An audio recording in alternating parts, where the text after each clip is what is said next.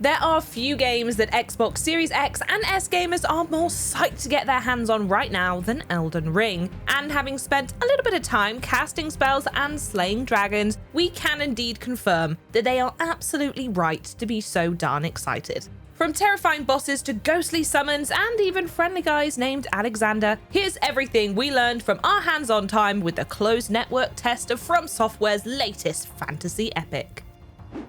Sometimes all you need to know about a game is who's making it, and that's certainly the case with Elden Ring. First and foremost, the new dark fantasy adventure comes from the devilish mind of legendary Hidetaka Miyazaki and FromSoftware. So us Dark Souls fans and Sekiro fans will know exactly what to expect. Beautiful labyrinth worlds, flawless combat mechanics, and a level of difficulty that borders on sadistic. However, that's not all. Legendary fantasy author George R.R. Martin has pulled a desk up to the Iron Throne where he'll be scribbling down the game's characters and stories. Given that he's as ruthless with the plot twists as FromSoftware are with their game design, we're expecting something brutally beautiful from their collaboration.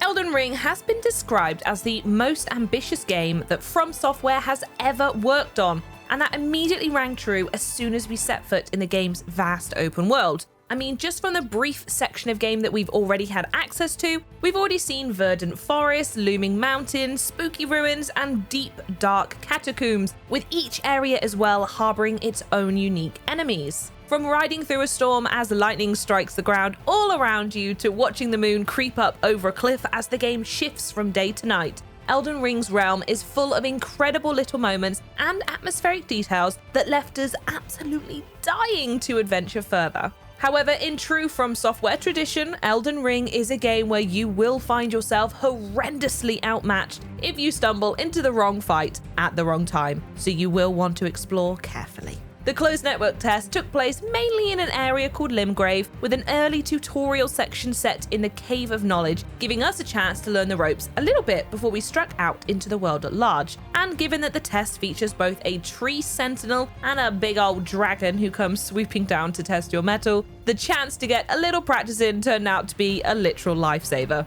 Of course, we've only really had the chance to scratch the surface, so please expect way more videos on the way as we dive deeper into Elden Ring's world. So for those updates on this, as well as all the other hottest games on the calendar, don't forget to subscribe to Xbox On and ring that bell please, folks. But now let's get into the really juicy stuff, the combat system. In Elden Ring, it'll feel vaguely familiar for FromSoftware fans, although they've certainly created a brand new flavour. In the game, you'll be able to select between 10 different classes, and we were lucky enough to try out 5 of them during the closed network test. Each one is best suited to a different playstyle. For example, the Prophet is great if you're planning to focus on magic rather than melee, while the sturdier Enchanted Knight can withstand a bit more of a beating. Then there's the bruising bare-chested champion who is perfect for a brute force approach, and the dual scimitar-wielding warrior for when you'd rather stay light on your feet. And finally, there's the incredibly punk-sounding Bloody Wolf, who's positively lethal at close range. Naturally, as the game progresses, you'll gain access to different weapons, armor, and magical abilities that allow you to further hone your approach. So you can buy your champion a shirt or earn your Prophet an upgrade on their sorting weapon, which is basically just a stick. Then there are the Ashes of War, which can be applied to your weapons to unlock a unique skill that can be activated by hitting left trigger.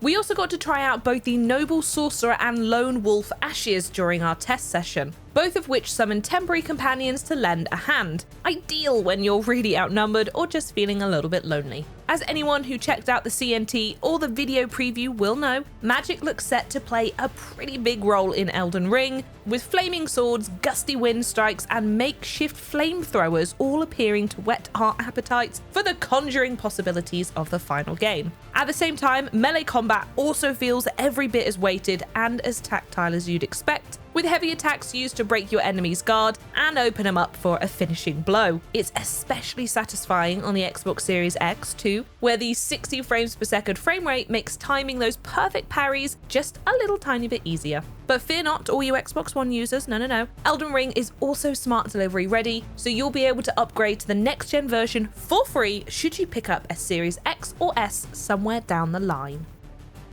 While FromSoftware games aren't exactly known for the kindness of their hearts, this one gives you a certain number of tools to help you navigate its hazardous world with some success. For starters, we were able to access the game's map, which can be accessed anytime outside of combat, with the option to lay down markers to help remember which areas prove to be particularly rich in crafting materials or especially nasty bad guys, as well as beacons to guide us to our next destination. As a result, we were gradually able to map out the world around us and make the whole thing feel a teensy bit less daunting. Throughout the land, we also found various bird's-eye telescopes, which provided an invaluable chance to look ahead and get the lay of the land, rather than blindly stumbling into a potential ambush. Then there are the Sites of Grace, which essentially act as this game's bonfires, providing us with a place to rest up, get our spells in order, and generally take a break from the relentless attempts upon our life. You can also wait a while at these sites if you want to move into a different time of day before heading out, and you'll respawn at them if your adventure should end in a grisly fashion, which it absolutely will, over and over again. As pretty as the whole place is, we might have gotten a little bored trekking our way across Elden Ring's open world if the C&T hadn't been kind enough to provide us with a noble steed to ride around on instead. Magical updrafts known as Spirit Springs made this even more of a blast as well, sending us and our horsey companion soaring into the air and allowing us to go bounding over some of the tricky parts of the terrain with ease. And of course, we also got to try our hand at the game's horseback combat, with early results suggesting that it is both a fascinating addition to the FromSoftware formula and also that it just looks really cool. Naturally though, the game won't let you spend all your time running around in the open air. That would be far too pleasant.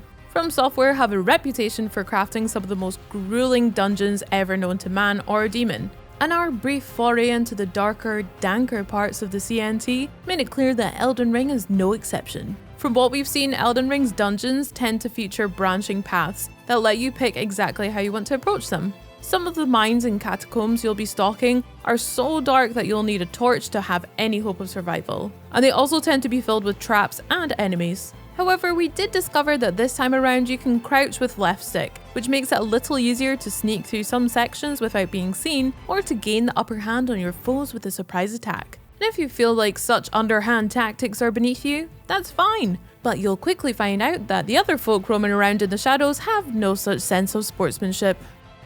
Another one of FromSoftware's signatures are the terrifying, often gigantic bosses which roam their frightful lands, and again, fans should rest assured that Elden Ring has got the goods delivered here too. The video preview already introduced to us a massive, very frightening fellow named Godric the Golden, who has far more arms than you would generally expect to see. And you better keep an eye on all of them as well, because one spouts fire and another heaves a heavy golden axe. Godric is a demigod who rules over the Stormvale Castle. Players will have the choice of whether to lay siege to the castle head on, or maybe try the other approach and sneak through some of its sneaky passageways before getting a crack at the big guy himself. And while we're still waiting for our crack at Godric, we still get to throw down with a guy named Margit the Fell who guards the castle doors. He turns out to be a pretty tough customer as well, boasting a lethal tail swipe move, a flurry of magical blades, and a thunderous hammer smash that is liable to squish you flatter than a fat-free pancake.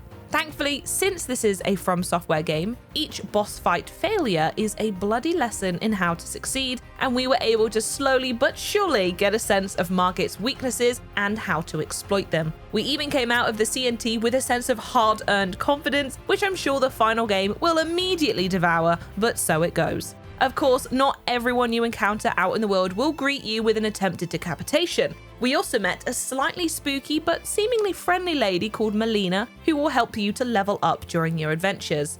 And then there was this one dude named Alexander the Iron Fist whose whole deal is that he's stuck in the ground and needs a good thwack to set him free.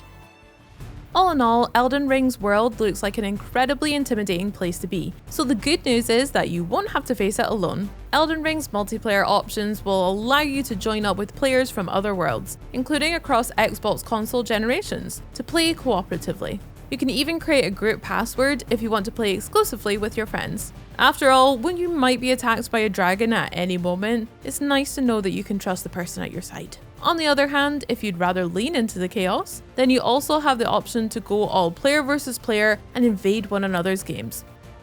So, with all of this to look forward to, the big question is when, oh when, can I get my hands on this dread-filled slice of dark fantasy gaming? Well, you don't have to wait too long, my friends. Elden Ring will be released on February 25th, 2022, with collector's editions available that includes all sorts of neat, nerdy stuff, such as a 40-page Art of Elden Ring book and a digital copy of the game's soundtrack too.